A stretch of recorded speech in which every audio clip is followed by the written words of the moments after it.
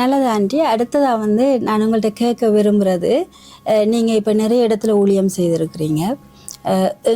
அதாவது இப்போ ஊரில் உங்களுடைய ஊரில் உங்களை அறிமுகமான ஊழியக்காரர்கள் மத்தியிலாம் நீங்கள் ஊழியம் செய்திருக்கிறீங்க. அதே போல் நீங்கள் லண்டனில் வந்து ஊழியம் செய்திருக்கிறீங்க. இப்போ நீங்கள் சாராத வெளியில் இருக்கிற சமூகத்துக்கு நீங்கள் வந்து ஊழியம் செய்யும் பொழுது அவங்க எப்படி உங்களை ஏற்றுக்கொண்டாங்க? அவங்களுடைய வரவேற்பு எப்படி இருந்தது உங்களுக்கு? Praise God. நான் லண்டனில் ஊழியம் செய்த காலங்களில் மனப்பாக்கில் மட்டும் இல்லை, க்ராய்டன் போய் ஊழியம் செய்திருக்கிறேன். வால்தம் சென்று நான் ஊழியம் ஆத்துமாக்களை சந்திப்போம். வால்தம் ஸ்டோரில் நான் போகிறப்போ மாதத்துக்கு ஒரு முறை நானும் ஆலிவ் நைட் என்ற ஒரு சகோதரி, அவர்களுக்கு 80 வயது இருக்கும், 75 80 இருக்கும். அவர்கள் இந்தியாவிலே ஊழியம் செய்தவர்கள். ரிட்டையர்டாகி இங்கே வந்த பிறகும் அவங்கள அந்த பகுதியில் வசித்தபடியால் வாரத்து நாட்களில் அவருடைய சந்திக்கிறவர்களை மாதத்துக்கு ஒரு முறை என்னையும் அழைத்து சென்று அவருடைய சந்தித்து அவருடைய குடும்பங்களில் இருக்கிற காரியங்களை விசாரித்து நாங்கள் ஜெபிப்போம். அப்படியாக ரட்சிக்கப்பட்டவர்களும் உண்டு. அதே மனமாக மாதத்திற்கு ஒரு முறை க்ராய்டன் பகுதிக்கு செல்வேன். அங்கே முஸ்லீம்ஸ் ஃபேமிலிஸும் ஒருவரோடு ஒருவர் பேசி, ஹிந்துக்கள் குடும்பத்திற்கும் செல்லுவேன். முஸ்லீம் குடும்பத்தையும் சென்று விசாரித்து அவர்களுக்காக ஜெபித்து வருவேன். இப்படியாக அனைவரையும் சந்திக்கவும் அநேகருக்கு ஜெபிக்கவும் கர்த்தருடைய வசனத்தில் இருந்து ஆத்தும ரட்சிப்பை எப்படி பெற்றுக்கொள்வது என்றும் எடுத்து சொல்ல, சாட்சிகளோடு கூட எடுத்து சொல்ல கர்த்தர் உதவி செய்தார். அது மாத்திரமல்லாமல் இன்னும் மற்ற குடும்பங்களையும் தூரத்தில் இருக்கும் இடங்களுக்கு எங்கள் ஊழியக்காரரோடு கூட நாங்கள் சென்று அவர்களை சந்தித்து அவர்களை உற்சாகப்படுத்தி ஜெபித்து நாங்கள் வருவோம். அதே வண்ணமாக இன்னும் பிளம்ஸ்டட், வால்தம், க்ராய்டன், இன்னுமாக இல்ஃபர்ட், இப்படி சுற்று வட்டாரத்திலேயும் சபை மக்கள் இருந்தபடியா அவர்களை போய் சந்திக்கும் நேரங்களில் தாய்மாருக்காக மட்டும் அல்ல, சிறு பிள்ளைகள் பள்ளிக்கூடம் முடித்து வந்திருந்தால் அவர்களுக்கும் சிறு கதைகளை சொல்லி அவர்களையும் உற்சாகப்படுத்தி இப்படியாக கர்த்தருடைய கிருபையில் அவர்களையும் வளர செய்ய கர்த்தர் உதவி செய்தார். இங்கிலாந்தில் மாத்திரமல்ல, வருஷத்திற்கு ஒரு முறை கனடா அழைத்து சென்றார். அங்கே இங்கே நம்ம சபையில் இருந்து போன விசுவாசிகள் இருந்தபடியினால அவர்களை சந்திக்கவும் அவர்கள் மூலமாக அவர்களுடைய நண்பர்களை சந்தித்து சத்தியத்தை சொல்லவும் கர்த்தர் வழி திறந்தார். எல்லாவற்றிற்கும் மேலாக ஒரு நாள் நான் ஒரு பகுதியில் ஊழியத்தை முடித்து பஸ்ஸில் வரும் பொழுது வரும் வழியில் அங்கே ஒரு குடும்பம் வந்திருந்தார்கள் ஸ்ரீலங்காவில் இருந்து. ஏன் பார்த்து நான் போகக்கூடாது, அவருடைய அட்ரஸ் என் கையில் இருந்ததுனால் நான் அங்கே சந்திக்க போனேன். அப்பொழுது அவனுடைய மகனுக்கு 7 வயது. அவர்களுக்கு ஜுரம் வந்து வயெல்லாம் புத்து போய் சாப்பிட முடியல, தண்ணி குடிக்க முடியாமல் இருந்தார். அவங்க அம்மா ரொம்ப வேதனையாக இருந்து என்னை பார்க்க அவங்களுக்கு ரொம்ப சந்தோஷம்.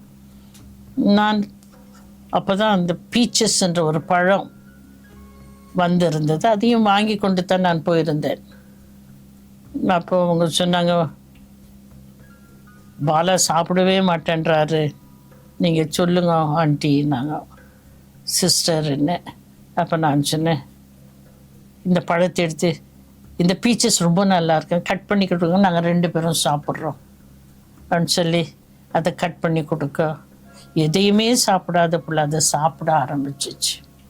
கர்த்தருடைய கிருபை. அதை பார்க்க அந்த தாய்க்கு ரொம்ப சந்தோஷம்.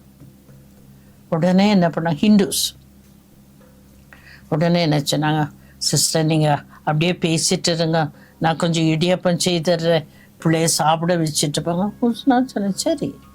அதுக்கு பிறகு நான் அவரோட பேசி சிரித்து சின்ன கதைகளை சொல்லி கர்த்தருடைய கிருபையில் அவரை சாப்பிட வைத்து நான் வந்தேன். அந்த ஞாயிற்றுக்கிழமை அந்த சகோதரி தன்னுடைய 2 பிள்ளைகளையும் கூட்டிக் கொண்டு ஆலயத்திற்கு வந்து விட்டார். வந்தது மட்டுமல்ல, இங்கே இருக்கும் நாட்கள் எல்லாம் அவர்களுக்கு கனடா போக வேண்டும், விசாவுக்காக காத்திருந்தார்கள். ஆனால் அதுவரையிலும் ஆலயத்துக்கு வராமல் இருக்க மாட்டார்கள்.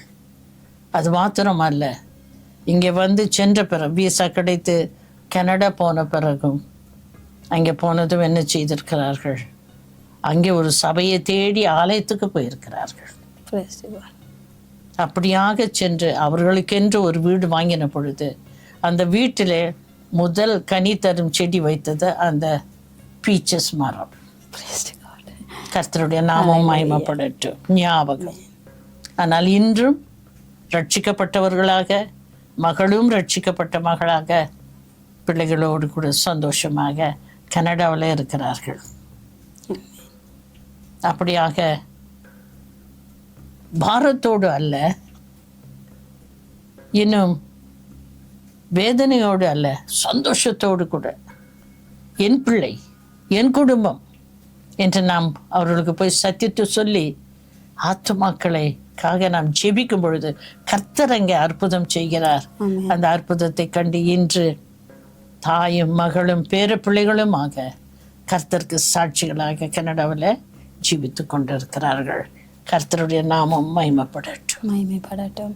இப்படியா இப்போ உங்களுடைய பதிலில் இருந்து ஆண்டி நான் என்ன எடுத்துக்கொண்டேன்னு சொன்னால், நீங்கள்னு சொன்னால் பொதுவாகவே ஊழியம் செய்கிற எல்லாருமே அந்த என்னுடைய பிள்ளைகள், என்னுடைய மக்கள் என்ற அந்த பாரத்தோடு போகும்போது வெளி மக்களாக இருந்தாலும் அந்நிய மக்களாக இருந்தாலும் அவங்க எங்களை கொள்ளக்கூடிய விதத்தில் ஆண்டவர் அந்த இடத்துல அற்புதத்தை செய்கிறார் அப்படின்னு சொல்லி அந்த வார்த்தையை நான் பெற்றுக்கொண்டிருக்கேன். நிச்சயமாக இதை பார்த்து கொண்டிருக்கிறவர்களுக்கும் இது ஒரு பெரிய ஒரு வெளிப்பாடாக இருக்கும்னு நான் நம்புறேன்.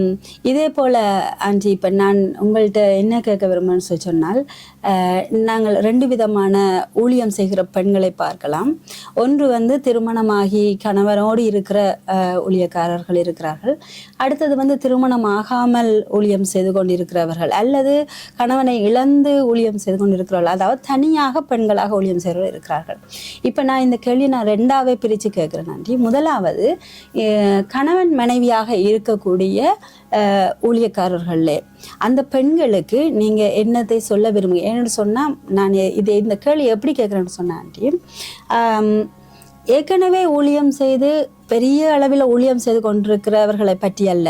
ஏன்னால் அவர்களுக்கு ஆண்டோடைய வழிநடத்தலை தெளிவாக புரிந்திருக்கிறார்கள், அவர்கள் அந்த வழியிலே போய் கொண்டிருக்கிறார்கள். ஆனால் ஊழியத்தை ஆரம்பத்தில் நிற்கிறவர்கள், ஆரம்பிக்க முடியாமல் தள்ளாடி கொண்டிருக்கிற இந்த ஊழியக்காரிகளுக்காக நான் இந்த கேள்வியை கேட்குறேன்.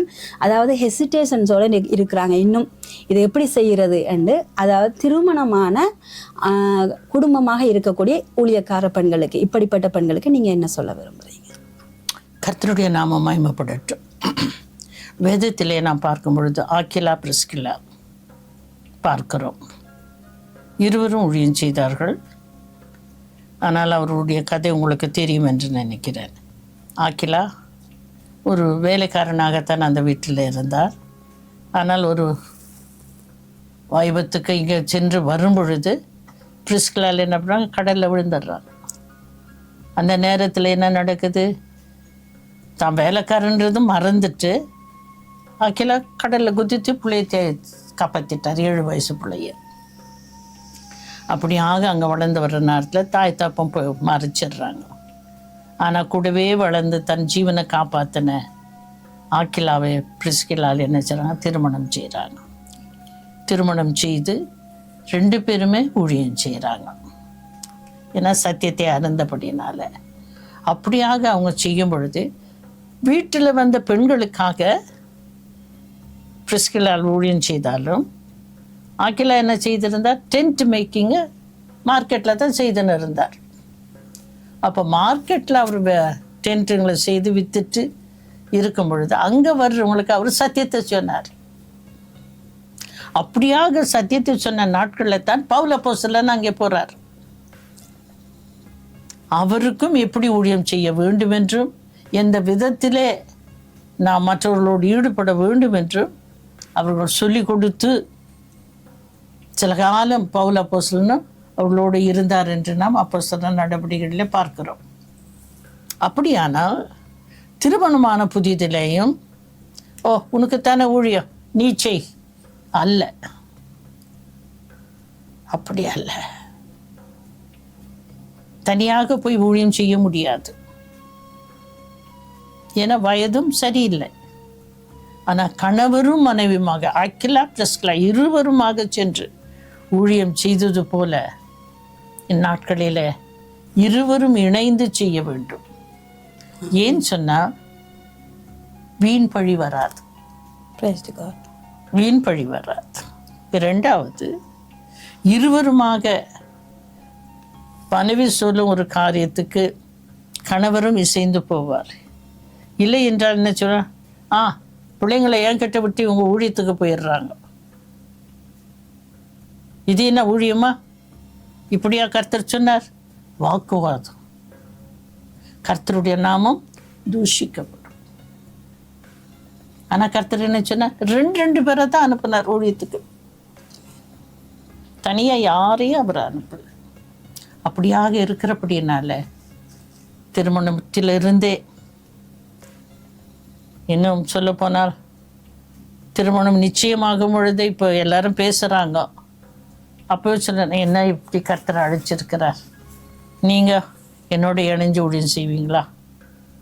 பிலிகிராம் மனைவி நேசித்தார் காலேஜில் பார்த்துட்டு. ஆனால் அந்த அம்மா என்ன கேட்டாங்க? நீ ஊழியம் செய்வியா? அப்போ தான் நான் உன்னை திருமணம் பண்ணுவேன்.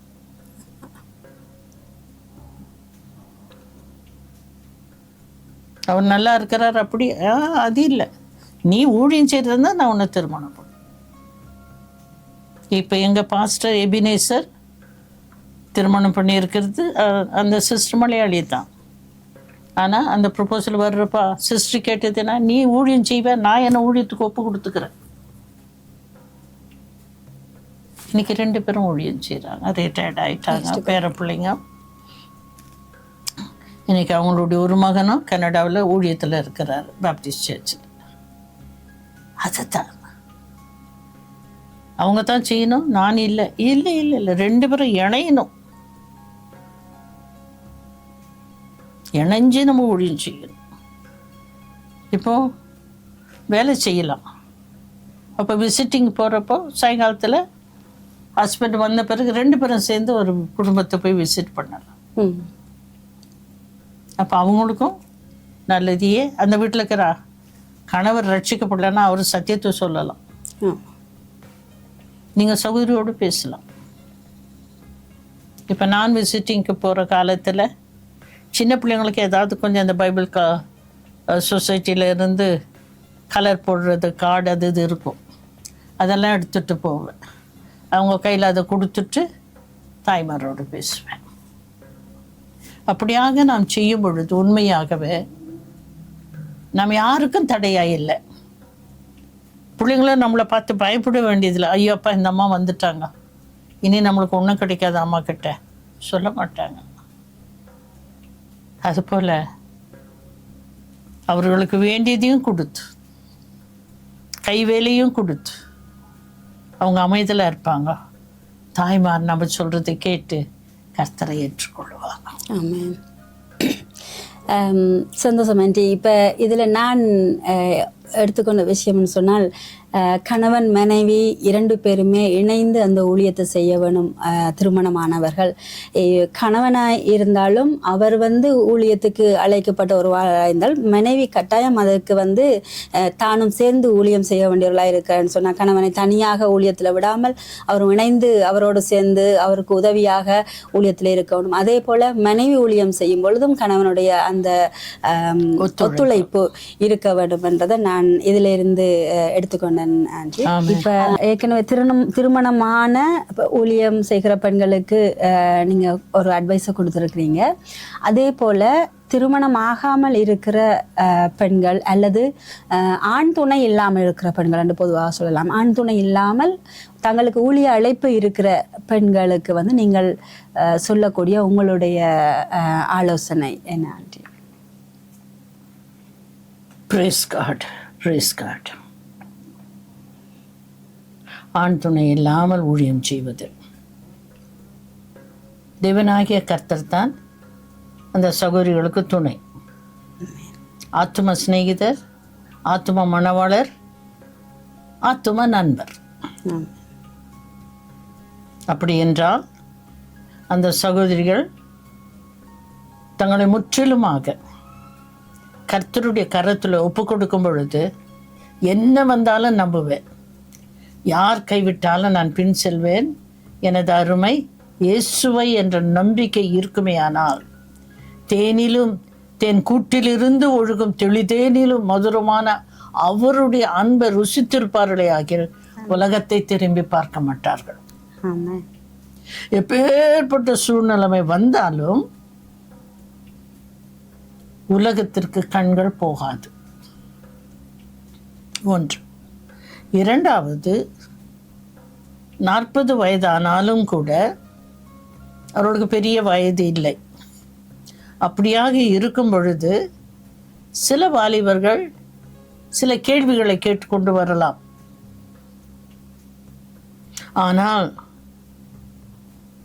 தனிமையாக திருமணமாகி விதவையானாலும் சரி, திருமணமாகாமல் இருந்தாலும் சரி, கர்த்தர் தன் நம்பிக்கையாக கொண்டு வந்து ஊழியத்தில் இருக்கும் சகோதரிகள்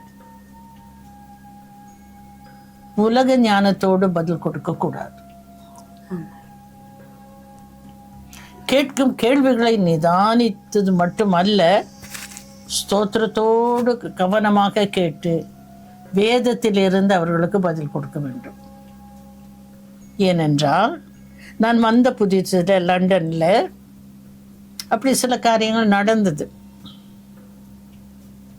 வாலிப பிள்ளைகள் விளையாட்டாகத்தான் வந்து என்னை சோதிக்க வந்திருக்க வேண்டும். ஏன்னா அவங்கெல்லாம் ரொம்ப நல்ல பிள்ளைங்க. அப்போ நான் பதில் கொடுத்தா சொல்கிறேங்க, என்ன ஆண்டி எல்லாமே பைபிள்லன்னு தான் சொல்கிறீங்க? நான் சொல்லுவேன், அதை தான் எனக்கு தெரியும், எனக்கு வேறு ஒன்றும் தெரியாது.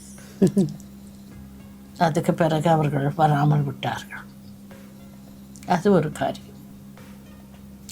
இன்னொரு காரியம், நாம் தங்கி இருக்கும் இடங்களில் நம்முடைய ஊழியத்தின் காரியங்களை அறிந்த அந்த வீட்டின் தலைவர்கள், மூத்த சகோதரி என்ன செய்வார்கள்? காலையில் போய் 10 மணி ஆயிடுச்சுன்னா வீட்டுக்கு வரலையே, இனி அவங்க வந்து சமைச்சு சாப்பிடணுமே சொல்லிட்டு சில நேரம் ஏதாவது செய்து வச்சுருப்பாங்க. நான் வர கிராய்டன் பகுதிக்கு ஊழியத்துக்கு போயிட்டாக்கா என்னுடைய சாட்சி சொல்கிறேன், வர 11 ஆகிடும். காரணம், அங்கேருந்து ஒரு ட்ரெயின் எடுத்து இன்னொரு ட்ரெயின் மாறி ஈஸ்டாம் நான் வந்து கொஞ்சம் தூரம் நடக்கணும் அவங்க வீட்டுக்கு. அப்போ எதாவது செய்து வச்சுட்டு உட்காந்துருப்பாங்க, படுக்க போக மாட்டாங்க. அப்பா உங்கள் ஊழியம் முடிஞ்சிருச்சா, போய் சேஞ்ச் பண்ணிவிட்டு கை காலை கழுவிட்டு வாங்க, சூடாக இருக்குது சாப்பிடுங்கன்னு சொல்லுவாங்க. கர்த்தர் அப்பேற்பட்ட ஆதரவையும் கொடுக்கிறார். ஆனால் அதன் மத்தியில் பொறாமை பிடித்தவர்கள் என்ன செய்வார்கள்? நீ எதுக்கு அவங்களுக்கு சமைச்சு கொடுக்கணும்? இப்படி ஏதோ பேச்சுவார்த்தை நடந்து ஒரு ஞாயிற்றுக்கிழமை நான் ஆராதனை முடித்து 7 மணிக்கு வருகிறேன். அப்போது வீட்டுக்கு வந்தாக்கா அவங்க எல்லாம் சாப்பிட்டுட்டு கிச்சன் சுத்தமாக இருக்குது. கதவடைச்சு அவங்க படுத்துட்டாங்க, அவங்களும் மகளும். நான் வந்து பார்த்தேன், ஓ சரிப்பா அவங்க சுகம் இல்லை போல். நான் என் பாட்டுக்கு நான் பாட்டு பாடி எனக்கு வேண்டியது ஏன்னா எல்லாமே இருந்தது என்கிட்ட. நான் சமைச்சு சாப்பிட்டு நான் போய் படுத்துட்டேன். காலையில் எழுந்துச்சு, ஏன் நீங்கள் வைக்கல, ஏன் செய்யலை கேட்கல. நான் மார்னிங் பிரேக்ஃபாஸ்ட்டும் நானும் என்கிட்ட இருந்தது எடுத்து நான் பிரேக்ஃபாஸ்ட் செய்து சாப்பிட்டுட்டு நான் ஊழியத்துக்கு போயிட்டேன். ஆனால் அவங்களுக்கு எடுக்க வேண்டிய பைபிள் ஸ்டடி கட்டாயம் எடுத்துருவேன். இப்படியாக நடக்கும் பொழுது ஒரு நாள் பைபிள் ஸ்டடியில் நேரிடையான ஒரு சத்தியம். அப்போ எப்பொழுதும் நான் பைபிள் ஸ்டடி முடித்து நான் ஜெபிச்சு அவங்கள ஜெபிக்க சொல்லுவேன். ஆனால் அன்றைக்கி நான் ஜெபிக்க சொல்லலை. எப்படி சொல்கிறது, இப்படி கர்த்தர் நேரடியாக காரியத்தை வெளிப்படுத்திட்டாரே. நேற்று நானே ஜெபிச்சு முடிச்சுட்டு நான் என்னுடைய அறைக்கு போயிட்டேன். அது அவங்கள ரொம்ப ஹர்ட் பண்ணிட்டு ஊழியக்காரருக்கு கம்ப்ளைண்ட் பண்ணிட்டாங்க. அப்போது அடுத்த சண்டே என்ன ஆயிடுச்சுன்னா, அடுத்த சண்டேனா இட் இஸ் நாட் நெக்ஸ்ட், உடனடியாக இல்லை, ஒரு 2 வாரம் பொறுத்து இந்த சம்பவம்லாம் நடந்த பிறகு அவங்க பாஸ்டர்ஸ் வராங்கன்னு, சரி சிஸ்டர் நான் சீக்கிரமாக முடிச்சுட்டு நான் ரூமுக்கு போயிடுறேன்னு சொல்லிட்டு நான் போயிட்டேன். ஆனால் அவங்க வந்த பிறகு என்னை கூப்பிட்டாங்க, உங்களை கூப்பிட்றாங்கன்னு. எனக்கு என்னப்பா ஆச்சு தெரியலையே. அப்போ 2 ஊழியக்காரரும் வந்து அவங்களையும் கேட்டாங்க, என்னையும் கேட்டாங்க. எனக்கு ஒன்றும் தெரியலன்னு சொன்னேன். அப்போ அப்படி சொல்லுவோம், சரி நம்ம ஜெபிப்போம். நாங்கள் எல்லாரும் ஜெபிச்சாங்க. கடைசியாக நான் ஜெபிக்கிறப்போ கதறி அழுதுட்டேன். ஆண்டவரே, நான் சாட்சியாக இருக்க வேண்டியவ, ஆனால் இன்னைக்கு உனக்கு சாட்சியாக நான் இல்லையே, என்னை மன்னியும் ஆண்டவரே, ஏன் இது இப்படி நடந்தது, எனக்கு விளங்கல ஆண்டவரே. நான் மனம் உடைஞ்சு அழுதுட்டு ஜிபிச்சேன். பிடிச்சிட்டு போகிறப்ப சொல்கிறாங்க, அந்த எங்கள் சீனியர் பாஸ்டர் சொன்னார், take it easy sister Rani, there is nothing. அப்படி சொன்னாலும் அவ்வளோ தூரம் வந்து விசாரிக்க வச்சுட்டேனே, அப்போ என்னுடைய சாட்சி எங்கே போச்சு? கதறினேன். அதுக்கு பிறகு கர்த்தருடைய கிருபையில் இன்னைக்கு வரைக்கும் அவங்க என்ன ஒரு தாய் போல் மதிப்பாங்க, நான் அவங்கள ஒரு தாய், ஒரு சகோதரி போல். இன்றைக்கும் நாங்கள் சமாதானமாக சந்தோஷமாக தான் இருக்கிறோம். ஆனால் இமைப்பொழுது தான் சத்துரு நம்மளை சோதிப்பான். நம்மளை சோதிக்கிறதுக்குள்ள அவங்கள சோதித்து என்ன டெஸ்ட் பண்ணியிருக்காங்க. காரணம் என்னென்னா, அவங்களுக்கு அந்த மாதிரி ஒரு வேண்டாத காரியங்களை சொல்லி கொடுத்துட்டாங்க. அதுக்கு பிறகு அவங்க சொன்னாங்க, நீங்கள் இருந்தால் என்னாரெல்லாம் வர முடியாதுன்னு சொல்லி என் மனசை குழப்பிட்டாங்க சிஸ்டர், என்னை மன்னிச்சிருங்கன்னு கேட்டாங்க. நான் சொன்னேன், பரவாயில்ல சிஸ்டர், எல்லாம் நன்மைக்காகத்தான். அதுபோல் ஏன்னா 3வது காரியத்தை நான் உங்களுக்கு சொல்ல போனேன்னா, நான் எல்லாரையும் சந்திப்பேன். இந்து குடும்பங்களுக்கும் போவேன், மற்றவங்களும் ஒருத்தரோட ஒருத்தர் பேசி இவங்க வந்து ஜெபிச்சா நல்லா இருக்குது, ஆலோசனைலாம் சொல்கிறாங்க, நம்ம பிள்ளைங்களை எப்படி பார்க்கணுன்னு சொல்கிறாங்க. அவங்க கல்யாணம் ஆகலை தான், ஆனால் அவங்க வேலையில் இருந்ததுனால அதை வச்சு ஆலோசனை கொடுக்குறாங்கன்னு இப்படி கேட்டு கேட்டு மற்றவங்களும் என்னை கூப்பிட ஆரம்பித்தாங்க. அப்படியே நான் மற்ற மதத்தினருடைய குடும்பங்களை சந்தித்து, அவங்களுக்கு பொட்ட பிள்ளைங்க இருந்துச்சு, இன்னொருத்தர் கல்யாணம் ஆகி பிள்ளையே இல்லாமல் இருந்தது. அப்பேற்பட்டவங்கள சந்திக்க போனேன். அவங்களோட சத்திய வசனத்தை எடுத்து சொல்லி அவங்களோடு கூட இணைஞ்சி ஜெபிச்சு கர்த்தர் ஆசீர்வதிச்சார். அவங்களுக்கு விசுவாசத்தை கொடுத்து அவங்களும் ஜெபிக்க ஆரம்பித்து வேதத்தை வாசிக்க ஆரம்பித்ததுனால கர்த்தர் எல்லாருக்கும் ஆண் பிள்ளைங்களை கொடுத்தார். கற்பமே இல்லாத அந்த சகோதரிக்கு 2 ஆண் பிள்ளைங்களை கொடுத்தார். ஆனால் அவங்களுடைய கணவருக்கு நான் நினைக்கிறேன், பிள்ளைங்களை கூட்டிகிட்டு சர்ச்சுக்கு வந்து சாட்சி கொடுக்கணும்னு சொன்னதுனால ஒருவேளை அவருக்கு கோபமோ இன்னும். ஆனால் இஸ் வெரி ஸ்ட்ராங் ஹிந்து. அப்படி இருக்கிறப்போ ஒரு நாள் நான் அவங்க வீட்டுக்கு விசிட்டிங்க்கு போயிட்டேன். அப்போ இல்லை, நாங்கள் எல்லாம் பேசி ஜெபிக்க தொடங்கணும், அவர் வந்துட்டார். ஆனால் நாங்கள் ஜெபிக்கிற நேரத்தில் எங்களை ஒன்றும் தொடை பண்ணல. நேராக கிச்சனுக்கு போனார். போயிட்டு அங்கே இருந்த டெலிவிஷனை கீழே தள்ளி உடைச்சார். அந்த சத்தத்தை கேட்டு அந்த சகோதரி துடிச்சு ஜெபத்துலேருந்து எழுஞ்சி போனாங்க. ஆனால் அவரோ அங்கேருந்து நேராக வந்து நான் உட்காந்துருந்த இடத்துல அப்படியே சாஷ்டாங்கமாக விழுந்துட்டு, இனி எங்கள் வீட்டுக்கு வராதிங்க. நான் சொன்ன வரமாட்டேன் பிரதர், கர்த்தர் உங்களை ஆசீர்வதிப்பார்னு சொல்லிட்டு நான் வெளியே வந்துட்டேன். எப்பேற்பட்ட சூழ்நிலை நம்ம தனியாக ஊழியத்துக்கு போகிறப்போ சத்தியத்தை ஏற்றுக்கொள்ளாதவங்க நமக்கு விரோதமாக இருக்கிறாங்க. அது அவங்களுடைய சுவாபம் இல்லை, அவங்களுக்குள்ளே இருக்கிற மற்றவங்க தான் அந்த வெறுப்பையும் அந்த கோபத்தையும் நமக்கு காண்பிக்கிறது. ஆனால் இன்றைக்கும் அவங்களுக்காக ஜெபிக்கிறேன். புது ஊழியத்தில் புது காரியங்களில் ஈடுபட்டு அவங்க செய்கிறதுனால கர்த்தருடைய அன்பை ஏற்றுக்கொள்ளவோ கர்த்தருக்கு தங்களுடைய ஆத்துமாக்களை கொடுக்கவோ அவங்க விரும்ப மாட்டாங்க. காரணம் என்னென்னா கட்டுத்திட்டம். இதை செய்யாதே, அதை பார்க்காதே, அங்கே போகாதே. அது யாருக்கு ஒத்துக்க முடியும்? உலகத்தோடு உலகமாக வாழ்ந்து சந்தோஷமாக இருக்கிறவங்களுக்கு சட்டத்திட்டங்களோ கட்டுப்பாடுகளோ விருப்பம் இருக்காது.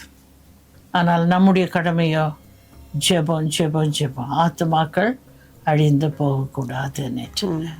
உபத்திரம் உண்டு. ஆனால் கர்த்தர் என்ன சொன்னார்? உலகத்தை உபத்திரம் உண்டு, ஆனாலும் உலகத்தை நான் ஜெயிச்சேனே, ஏன் நீங்கள் ஜெயிக்கக்கூடாது? ஏன் நீங்கள் பொறுமையாக இருக்கக்கூடாது? ஏன் என்னுடைய அன்பை உங்களுக்கு காண்பிக்க கூடாது? அந்த சத்தியங்கள் என்னை நெருக்கி ஏவினது. அதே மாதிரி தான் தனிமையாக இருந்து ஊழியம் செய்கிறவங்களோ முற்றிலுமாக இனி நான் அல்ல, கிறிஸ்து தான் என்னில் ஜீவிக்கிறார். நம்ம முன்னோக்கி போவோமே. ஆனால் உலகத்தில் இருக்கிற எல்லாரும் சகோதர சகோதரிகள் தான். வயசான எல்லாரும் நமக்கு தாய் தகப்பன் தான். இப்போ ஏற்பட்ட சூழ்நிலையில் நம்ம போகும் பொழுது பொல்லாங்க நெய்யும் எல்லா அக்கினி அஸ்திரங்களுக்கும் கர்த்தர் நம்ம நீங்களாக்கி ரட்சிக்க கர்த்தர் உண்மை உள்ளவராக இருக்கிறார். இப்படியாக நான் சொல்லிக்கொண்டே போகலாம். ஆனால் கர்த்தர் நல்லவர், அவர் வல்லவர், அவர் வாக்கு மாறாதவர், அழைத்தவர் உண்மை உள்ளவராக இருக்கிறபடியா தாம் தெரிந்து கொண்டவர்களை அவர் தெரிந்தெடுத்து வேறு பிரித்து தமக்கு சொந்தமாக்கி கொள்ளுகிறார். கர்த்தர் பெரியவர், அவர் நாமும் மகிமைப்படட்டும். பயப்படக்கூடாது. நாம் கர்த்தரோடு கூட இருக்கும் பொழுது அந்த பயத்தின் ஆவியை கர்த்தர் எடுத்து போடுறார். ஆனால் உலகமோ மாம்ச இச்சையோ இருக்குமே, ஆனால் நாம் சத்துருவை மேற்கொள்ள முடியாது. கர்த்தருடைய நாமம் மகிமைப்படட்டும். ஆனால் ஊழியத்தில் வந்துட்டு சுலபம் இல்லை. ஏன்னா கர்த்தரை சொல்லிட்டார், உபத்திரம் உண்டு. ஆனால் நான் ஜெயித்தேன் தானே, என்னை நம்பின உங்களை நான் ஜெயிக்க விட மாட்டேன்னா? அந்த அன்பும் அந்த கிருபையை நம்மளோடு கூட இருக்கும் பொழுது நாம் அவரை உண்மையாகவே அவரை நோக்கி பார்த்து நான் ஓடும் பொழுது அவர் வெற்றி சிறக்க நமக்கு உதவி செய்கிறார். ஆமென்.